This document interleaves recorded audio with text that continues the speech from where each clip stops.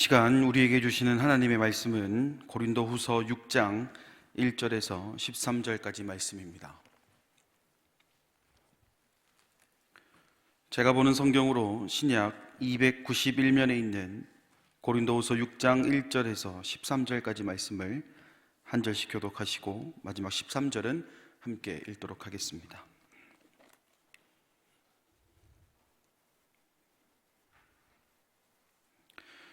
우리가 하나님과 함께 일하는 자로서 너희를 권하노니 하나님의 은혜를 헛되이 받지 말라.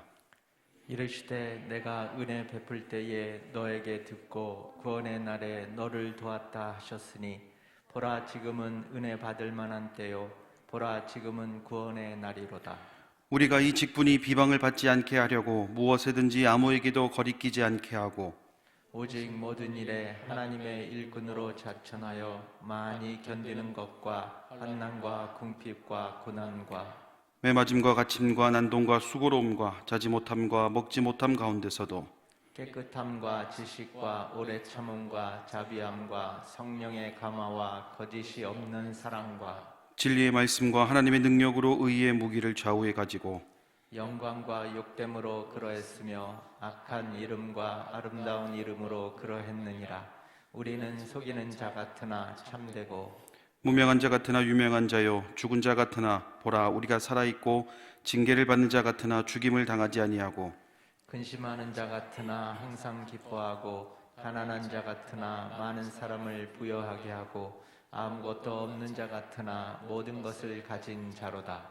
고린도인들이여 너희를 향하여 우리의 입이 열리고 우리의 마음이 넓어졌으니 너희가 우리 안에서 좁아진 것이 아니라 오직 너희 심정에서 좁아진 것이니라. 같이 읽겠습니다. 내가 자녀에게 말하듯 하노니 보답하는 것으로 너희도 마음을 넓히라.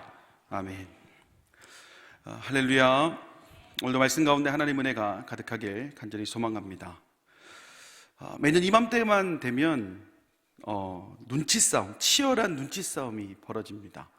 어떤 눈치싸움인가 했더니 봉사자를 세워야 되는 목회자들과 그 목회자의 레이더망을 벗어나야 되는 성도님들 사이에 치열한 눈치싸움이 벌어지는 것이 매년 이맘때만 되면 일어나는 일인 것 같습니다. 저는 이런 경우도 봤습니다. 제 이름이 이창신 목사면 전화번호를 이창신 목사로 저장을 해야 되는데 전화 받지 마 이렇게 저장한 경우도 제가 종종 봤습니다. 네, 뭐 우리 교회 성도님들 중에는 없을 텐데요. 하여튼 그런 경우들이 있을 만큼 좀 치열한 그런 시기가 바로 요 시기가 아닌가 하는 생각이 듭니다. 아마 지금 웃는 분들 또는 고개 숙인 분들은 치열한 싸움 중이시거나 그 싸움을 넘어가셨거나 둘 중에 하나인 것 같습니다. 아무튼 이 시기가 되면 목회자들은 되게 난감해집니다. 난감한 이유는 다른 것이 아닙니다. 왜냐하면 교회는 혼자 힘으로 세워가는 게 아니거든요. 예를 들어서 담임 목사님을 중심으로 교역자들이 열심히 노력만 하면 영차 힘을 내면 교회가 세워진다 그러면 이 시기가 그 어떤 시기보다 평화로운 시기가 될 겁니다. 그런데 현실은 어떻습니까? 우리 몸에 머리의 역할, 손의 역할, 다리의 역할이 있듯이 교회에도요 각각의 장소들마다 그 역할들이 필요하다라는 겁니다. 그래서 그 역할을 감당해 줄 도움의 손길이 필요하다라는 것이죠. 그런데 그런 분들하고 대화해 보면요 참 하나같이 공감되지 않는 이야기들이 없습니다. 제가 말씀드리는 부분은 뭐냐면 내가 이 일을 감당하지 못하는 이유를 설명하시는 그 성도님들의 이야기를 말씀을 드리는 겁니다. 어떤 분은요 여러 가지 봉사들을 하다 보니까 체력적으로 너무 방전이 되셨다라고 얘기합니다. 또 어떤 분은요 나이가 좀 많아지다 보니까 좀 기력이 쇠해졌다라고 얘기하신 분도 계시고, 또 어떤 분은요 봉사를 하다가 내가 상처를 너무 크게 받았습니다. 그래서 내가 봉사를 못하겠습니다라고 이야기하는 분들도 계십니다. 그런 이야기를 듣다 보면요 진짜 공감되지 않는 이야기가 하나도 없습니다. 다 공감이 돼요. 와, 저걸 어떻게 견디고 봉사하셨을까, 이런 생각이 절로 드는 것이 사실입니다. 그럼 여기서 목회자인 제가 어떻게 이야기를 해야 되겠습니까? 오해가 좀 없으셨으면 좋겠습니다. 목회자들이 자주 하는 레퍼토리가 있습니다. 한 번쯤 여러분 들어보셨을 거예요. 그래도 권사님이 좀 자리를 지켜주셔야죠. 집사님 같은 분이 안 하시면 누가 이 일을 감당하겠습니까? 우리가 이 땅에서의 상급만 보는 것이 아니라 하늘 상급 봐야 되지 않겠습니까? 우리는 저 하늘에 있는 그 상급만 바라보니 우리 그거 하나 보고 갑시다, 이런 얘기 하지 않습니까? 제 얘기입니다. 네, 제가 직접 그렇게 권면하고 있더라고요. 그런데요, 제가 이런 말을 하면서 설득을 하고는 있지만 반대로 성도님들의 입장에서 한번 생각해 봤습니다. 이 얘기를 듣는 성도님들은 과연 어떤 기분이 들까?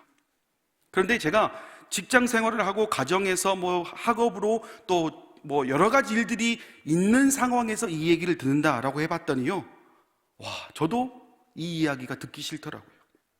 근데 진짜로 우리 성도님들의 현실이 그렇다라는 측면에서 너무나 가슴 아프다라는 생각을 하게 되었습니다.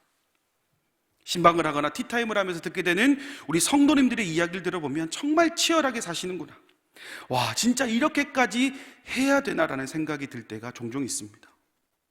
그럼 저는 또 어떻게 하겠습니까? 말씀으로 권면합니다. 왜요? 우리가 어디서 위로를 받겠습니까? 우리는 하나님의 말씀으로 위로를 받아야 됩니다. 근데 여러분, 냉정하게 그 말씀으로 위로가 되시던가요? 말씀으로 권면하면 될 줄 알았는데 안 되면 저는 다른 방법을 선택합니다. 기도해 보십시오. 기도를 권면합니다. 왜 그렇습니까? 우리의 이 상황에서 우리의 이런 일들을 해결해 주실 분은 하나님밖에 없기 때문에 저는 자연스럽게 기도를 권면해 드립니다. 그런데 여러분, 기도하면 다 해결이 되던 거예요. 기도를 권면해서 안 되면 저는 또 어떻게 하겠습니까? 끝까지 신앙을 지켰던 믿음의 선배들의 간증을 권면합니다. 아, 이런 집사님은 이렇게 했더니 이런 은혜를 받았습니다, 이런 사람은 이런 은혜를 받았습니다라는 권면을 하게 됩니다. 왜냐하면 끝까지 신앙을 지켰던 믿음의 선배들의 경험만큼 동기부여가 되는 것이 없기 때문입니다. 그런데 여러분, 정말 솔직하게 그런 간증들이 여러분 힘이 되던가요? 저는 오늘 다소 불편한 이야기를 하고 있는 것 같습니다. 어쩌면 목회자인 제 입에서 나오지 말아야 되는 이야기를 하고 있는 것 같습니다. 하지만 정말 냉정하게 생각해 봤을 때에 우리 교회가 처한 현실이 바로 여기다라는 점에서 더 이상 간과할 수 없다라는 생각이 들었습니다. 물론 나는 아닌데요 라고 얘기하시는 분도 분명히 계실 거예요. 아마 이 세 가지 이야기로 나는 다 해결됐습니다라고 이야기하시는 분도 계실 겁니다. 근데 정말 냉정하게 이야기했을 때 이 세 가지가 여러분의 마음을 평안하게 했습니까? 아마 그렇다라고 끝까지 대답할 수 있는 분은 아마 없을 것 같습니다. 우리 중에 하나님 사랑하지 않는 분 계십니까? 예수님을 나의 구주로 모시지 않은 분이 계십니까? 주님만이 소망이고 변함없는 반석이심을 부정하는 분이 계십니까? 감히 말씀드리지만 여기 계시는 분들 중에는 적어도 이 세 가지에 대해서는 누구보다 확실한 신앙관을 가지고 계실 겁니다. 하지만 이런 확실한 신앙관을 가지고 있음에도 불구하고 현실에서 마주하는 것들은 우리로 하여금 이 신앙을 지키는 것이 맞는지, 내가 지금 하나님을 믿는 것이 맞는지, 더 나아가서는 내가 교회에서 교회를 위해 헌신 봉사하는 것이 맞는지 자꾸 의구심을 품게 한다는 겁니다. 오늘 본문의 말씀이 그렇습니다.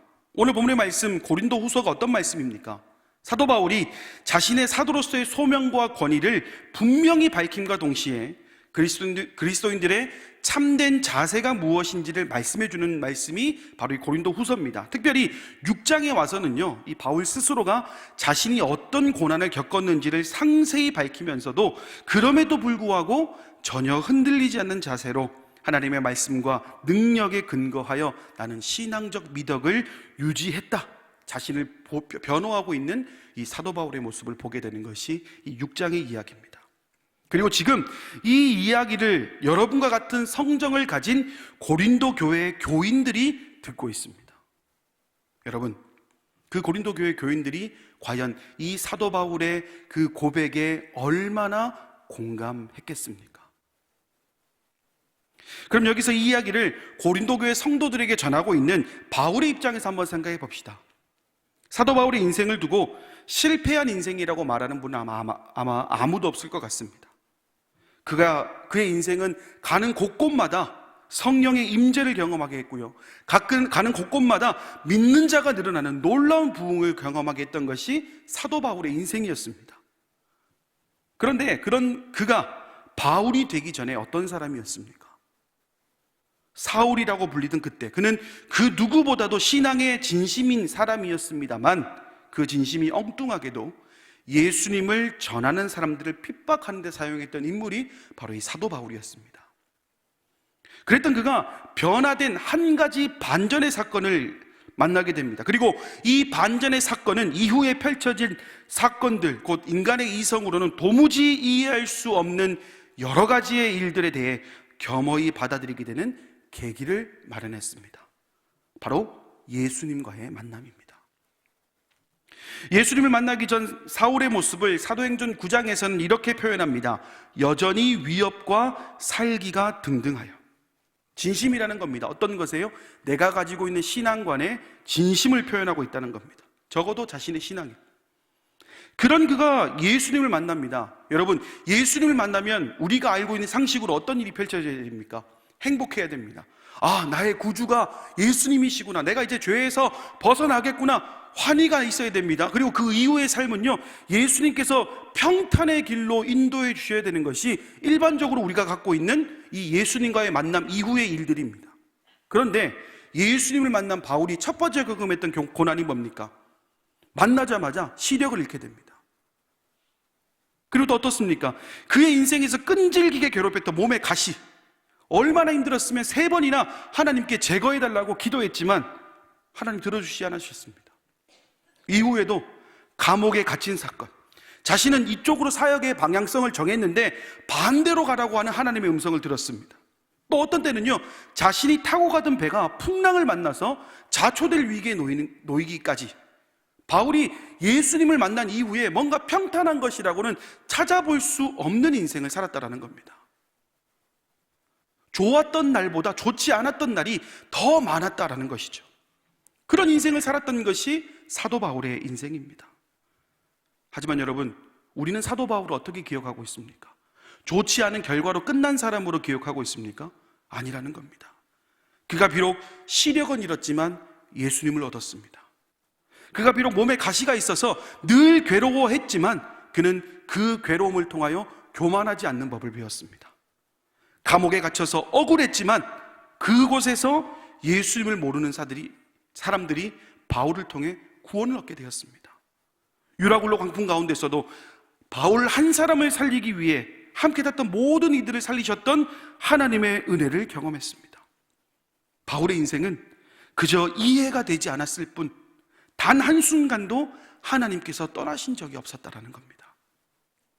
그런 측면에서 오늘 본문이 기록하고 있는 사도 바울이 고린도 교회 성도들에게 자신의 고난을 이야기하면서 동시에 그것을 통한 영광이 무엇인지 이야기할 수 있었던 이유도 바로 여기에 있습니다. 바로 그의 목적이 온전히 하나님의 영광만을 위한 삶을 살았다라는 것입니다. 단순히 경험에서 나온 확신이었을까요? 그런데 그렇게 생각하기에는 너무나 많은 고난이 있었습니다. 그리스도인이니까 고난은 당연한 것이라고요? 물론 성경에서는 그렇게 말하고 있지만 그게 여러분의 이야기라면 이 하나님의 말씀이 여러분 마음속에 들어오겠습니까? 사도 바울이라서 가능하다고요? 사도 바울이 처음부터 제대로 된 신앙을 가진 사람이었습니까? 아닙니다. 잘못된 신앙관으로 참 많은 그리스도인들을 핍박했던 사람입니다. 그 어디에도 면책을 받을 만한 이유가 없는 사람이었다라는 것이죠. 그럼 무엇이겠습니까? 결국에는 자신이 기준이 되는 인생이 아니었다라는 겁니다. 자신이 기준이 되는 것이 아니라 하나님이 기준이 되는 인생을 살았기 때문에 가능한 일이라는 것입니다. 윌리엄 필립 목사님이 쓴 책 왜 기도하는가에서는요, 그리스도인들이 주의해야 되는 부분에 대해서 이렇게 말합니다. 기도하면 바뀐다는 것은 아주 잘못된 기도관이다. 물론 여러분, 기도하면 바뀐다라는 것이 완전히 틀렸다라고 할 수 없습니다. 하지만 동시에 위험한 생각이면 틀림이 없습니다. 왜 그렇습니까? 기도하면 바뀐다라는 생각의 주체가 누굽니까? 나라는 거예요. 하나님의 주권과 하나님의 선택권을 자칫 잘못하면요, 방치하는 결과가 나올 수 있다는 겁니다. 나는 이렇게 기도했는데 하나님 생각이 다를 수 있잖아요. 하나님, 난 이게 필요합니다 라고 얘기했는데 하나님의 생각은 다를 수 있잖아요. 기도하면 바뀐다는 생각이 자칫 잘못하면 나를 통해 사용하실 그런 일들을 막아서는 일이 될 수 있다는 겁니다. 그 책에서는 이렇게 소개합니다. 기도하면 바뀐다라는 인식에서 기도는 하나님의 생각을 따라 생각하는 것이다. 기도에 대한 인식이 바뀌어질 때 온전한 기도가 된다. 사랑하는 여러분, 기도하면 바뀐다는 것은 굉장히 중요한 믿음에는 틀림없습니다. 하지만 기도가 거기에 머물러서는 안 된다는 것이죠. 하나님의 생각이 무엇인지, 하나님이 오늘 나에게 하시고자 하시는 말씀이 무엇인지, 하나님이 나를 통해 하실 일이 무엇인지를 고민하는 것이, 고민하면서 기도하는 것이 훨씬 더 고차원적인, 본질적인 기도라는 것입니다. 우리가 시험에 드는 이유가 무엇일까요? 여러 가지가 있을 수 있겠지만 기도의 응답이 더딜 때 아니겠습니까? 기도하면 바뀔 줄 알았는데요, 남편은 여전히 내 말을 듣지 않습니다. 기도하면 바뀔 줄 알았는데요, 집에 있는 아내는 늘 바가지를 긁습니다. 기도하면 바뀔 줄 알았는데 우리 아이들은요, 이미 내 손을 벗어난 지 오래입니다. 기도하면 물질적인 풍요로움을 경험할 줄 알았는데 늘 기대만 하는 인생을 살아가고 있다는 거예요. 여기에 기도만 하면 건강의 문제가 해결될 줄 알았다라는 생각을 가지고 있던 사람이 그것을 해결받지 못하게 되면 어떻게 되겠습니까? 아마 끔찍한 선택을 하지 않을까요? 그런데 기도의 응답이 더딘 것이 여러분, 과연 하나님께 원인이 있을까요? 우리 한번 냉정하게 한번 생각해 보자고요. 기도하면 당연히 바뀔 줄 알았는데 안 바뀌는 것이 과연 하나님께 원인이 있겠냐는 겁니다. 만약 기도의 응답이 더디고 바뀌지 않는 것에 대한 원인이 하나님께 있었더라면요, 아마 지금 우리가 보고 있는 성경의 모든 내용들, 특별히 특별한 은혜를 경험했다고 고백하고 자기 인생에서 단 한 번도 행복하지 않은 날이 없었다라고 고백한 모든 간증들은 거짓일 수밖에 없습니다. 다 거짓말일 수밖에 없다라는 겁니다. 만약에 기도의 응답이 더디고 바뀌지 않는 것에 대한 원인이 하나님께 있었더라면요, 사도 바울의 사역은 그가 시력을 잃었을 때 이미 끝난 사역이다라는 겁니다. 그럼 무엇이겠습니까? 결국 자신이 기준이 되어 있기 때문에 그렇다는 겁니다. 하나님이 기준이 되지 않으니 무엇을 하든지 이해가 되지 않는 겁니다. 내가 살아가는 삶에서 내가 만족할 만한 결과를 얻지 못하니까요, 결국에는 모든 것을 부정하게 됩니다. 내가 이렇게 열심히 헌신하고 봉사했는데 돌아오는 것은 건강상의 문제요, 회복되지 않는 피로요, 그리고 사람들의 원망이요, 인간관계의 붕괴로 이어진다면 기도하면 다 이루어진다 하는데 여전히 내 인생은 제자리 걸음이라면 여러분, 손을 놓는 것은요, 어쩌면 당연한 일입니다. 내가 지금 하고 있는 것을 모두 다 포기하는 것은요, 어쩌면 너무나도 당연한 일이라는 겁니다.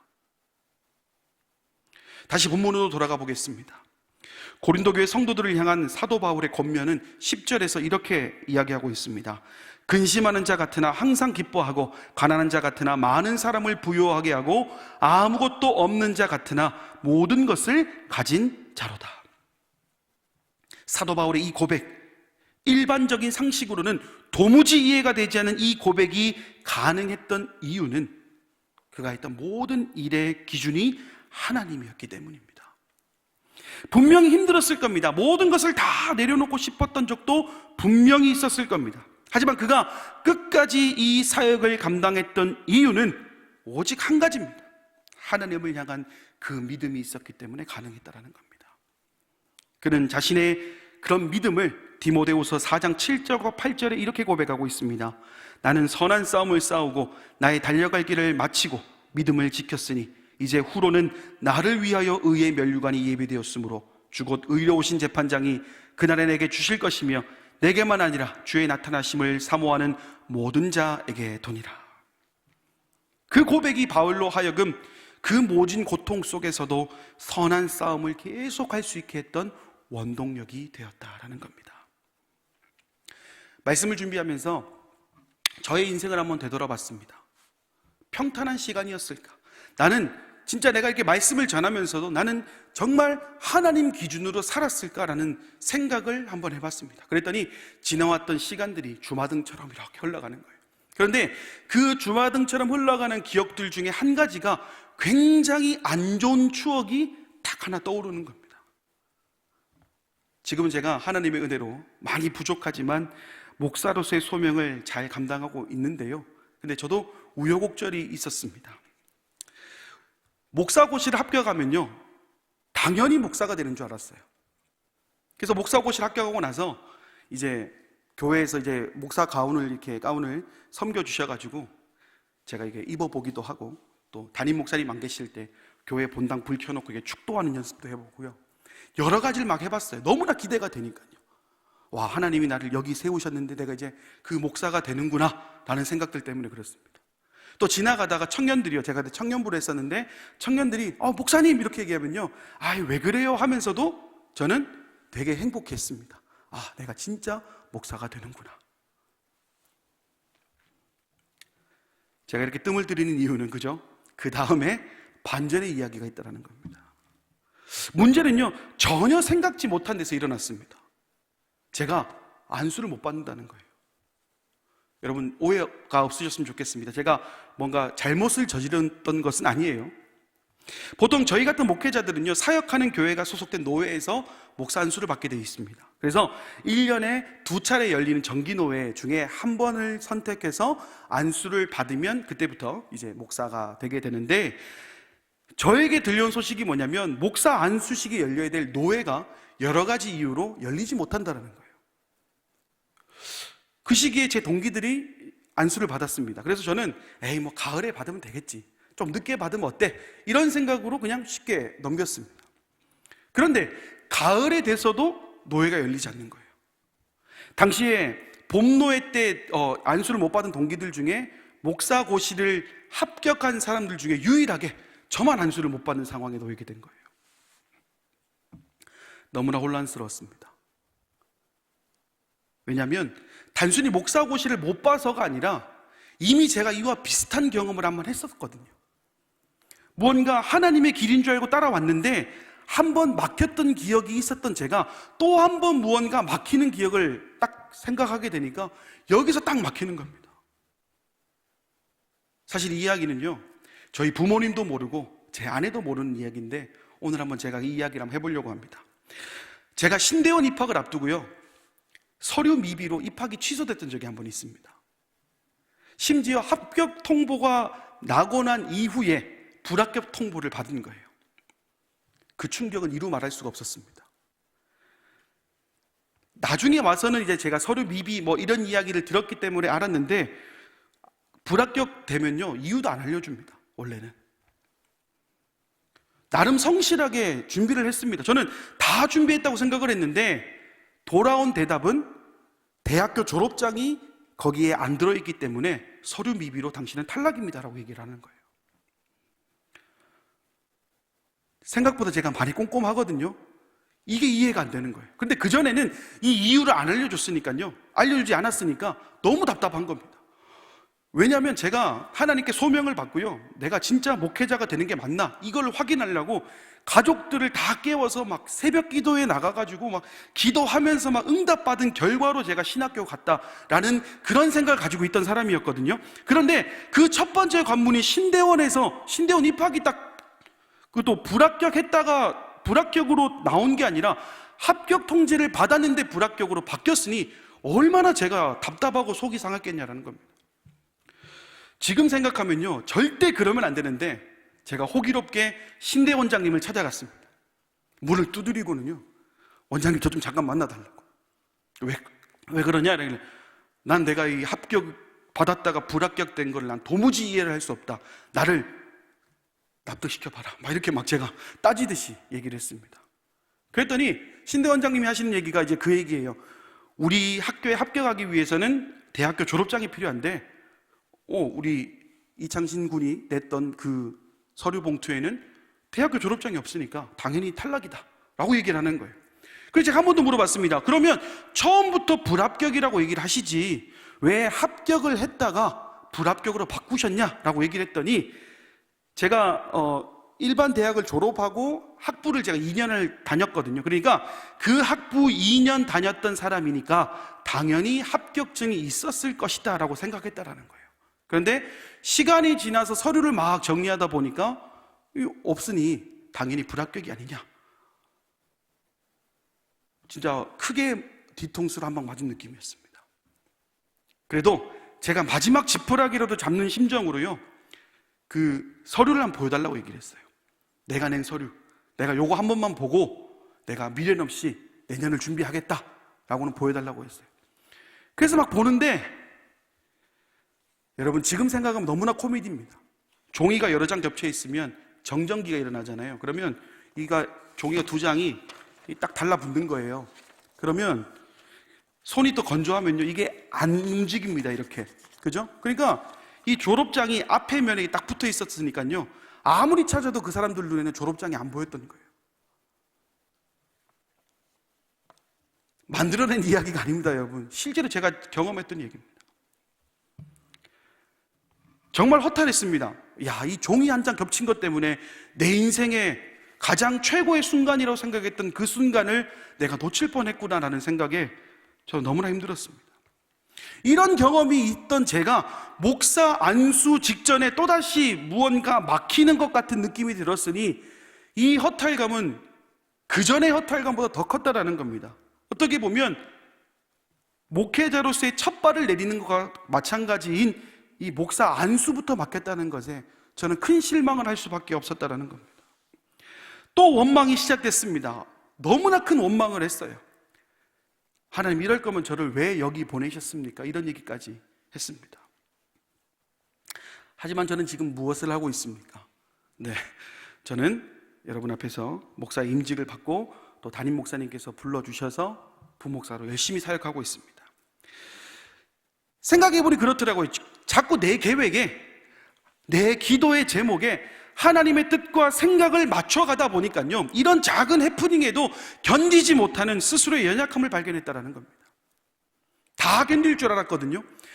정말 단단할 줄 알았습니다, 제 스스로가. 왜냐하면 목회자의 길을 걸어가는데 뭐 얼마나 많은 우여곡절이 있겠습니까? 난 단단하다 생각했습니다. 그런데 현실은 그 작은 해프닝에도 아무것도 못하는 연약한 저를 발견했다는 겁니다. 여러분, 바울의 고백은 다른 것이 아닙니다. 선한 싸움을 싸운다는 것은 어디까지나 하나님의 계획에 포함되어 있었던 것이지 바울 자신의 계획은 아니었습니다. 하지만 확실한 한 가지는 있었습니다. 그것은 어떤 상황에 놓이든지, 어떤 고난을 당하든지, 어떤 사역을 하게 되었든지 그가 바라보았던 것은 하나님의 은혜요, 하나님의 계획이었다는 겁니다. 그저 이해가 되지 않았을 뿐입니다. 하나님의 계획은, 하나님의 은혜는 묵묵히 그 길을 걸어간 바울에게는 어쩌면 너무나도 당연한 일이었고, 제 인생도 이해가 되지 않았을 뿐, 하나님의 계획은 그 상황을 충분히 감당할 수 있는 능력으로 함께 하셨습니다. 이제 여러분의 차례입니다. 이미 우리는 예수 그리스도를 나의 구주로 모신 그리스도인입니다. 지금의 상황들, 내가 지금 겪고 있는 상황들, 내가 조금 더 헌신하고 싶고, 내가 조금 더 그 사랑을 표현하고 싶고, 이 교회를 위해서 내가 헌신 봉사하고 싶은데 여러 외적인 것들이 괴롭히고 있어서 그저 이해가 되지 않았을 뿐이지, 여러분에게는 이미 하나님이 감당할 만한 능력과 은혜, 그리고 계획을 포함하고 계신다는 것을 믿으시길 바랍니다. 그리고 여러분의 힘으로 하는 것이 아닙니다. 그곳에, 여러분의 손길이 필요한 그곳에 보내신 분이 하나님이라면요, 보내신 분이 하나님이시라는 것을 믿는다면 여러분 감당하지 못할 이유가 없습니다. 바울은 가시가 있는데도 그 사역을 감당했습니다. 단지 이해가 되지 않을 뿐입니다. 그러나 그 이해가 되지 않는 이유가 내 생각에 의해서 무언가를 하려고 했기 때문이라면 이제는 우리의 생각을 조금 더 하나님 쪽으로 돌릴 필요가 있습니다. 그리고 그렇게 하나님 쪽으로 돌린 다음부터는요, 내 시간이 아니라 하나님의 시간입니다. 하나님께서 여러분들을 마음껏 사용하실 그 하나님의 시간이 기다리고 있습니다. 그 한 번의 선택이 여러분의 삶에 큰 변화를 가져다 주는 것은 물론이거니와 맡겨진 사역들을 감당하기에 충분한 힘과 능력이 되어 여러분의 앞길을 밝히 비춰줄 줄 믿습니다. 말씀의 결론을 맺겠습니다.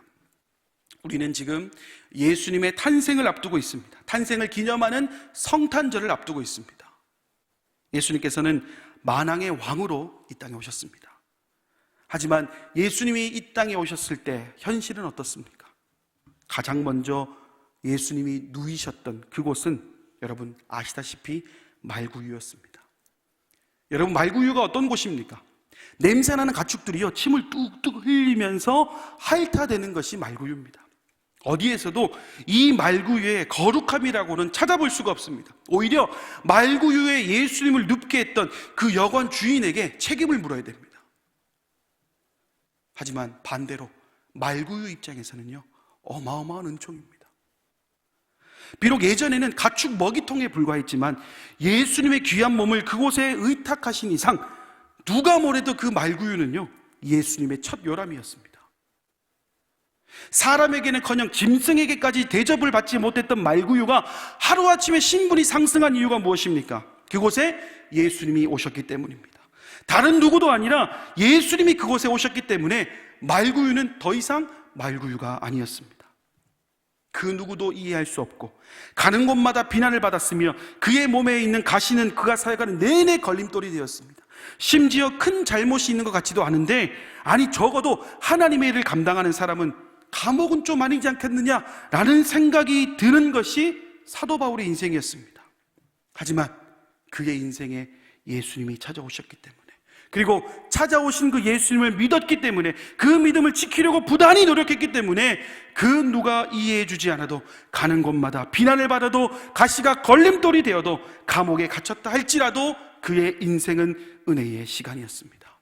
그리고 오늘 우리 예수님께서는 이 땅에서 아무런 가치 없이 살아가는 여러분에게 직접 찾아오셔서 말구유와 같은 여러분의 인생에 찾아오셔서 우리 인생의 어마어마한 은총으로 다가오셨습니다. 그 사랑은 너무나 크지만 우리가 그 사랑에 만족하지 못했던 것은 그저 이해가 되지 않았기 때문이라는 점에서 우리는 충분히 다른 것을 선택할 수 있고 충분히 일어설 수 있는 줄 믿습니다. 냄새나는 가축들이 침을 뚝뚝 흘리며 핥아대던 말구유와 같은 우리의 인생이 아니라 그곳에 예수님이 오심으로 말미암아 이제는 여러분의 인생은 더 이상 버려지는 인생, 더 이상 방치되는 인생이 아니라 최고의 인생으로 나가게 될 줄 믿습니다. 우리 하나님께서 여러분의 길에 바울에게만 주시는 은혜가 아니라 내가 지금부터라도 하나님의 계획과 하나님의 인생을 살아가기도 다짐하는 그 순간부터 바울에게 주셨던 그 은혜 이상으로 우리 성도님들이 2022년에 감당할 모든 사역들을 밝히 비춰주실 것이며 그것을 감당하고도 남을 만큼의 은혜와 축복으로 함께 하실 줄 믿습니다. 오늘 이 말씀의 은혜가 여러분의 삶 가운데에 끝까지 함께 하기를 간절히 소망합니다. 기도하겠습니다.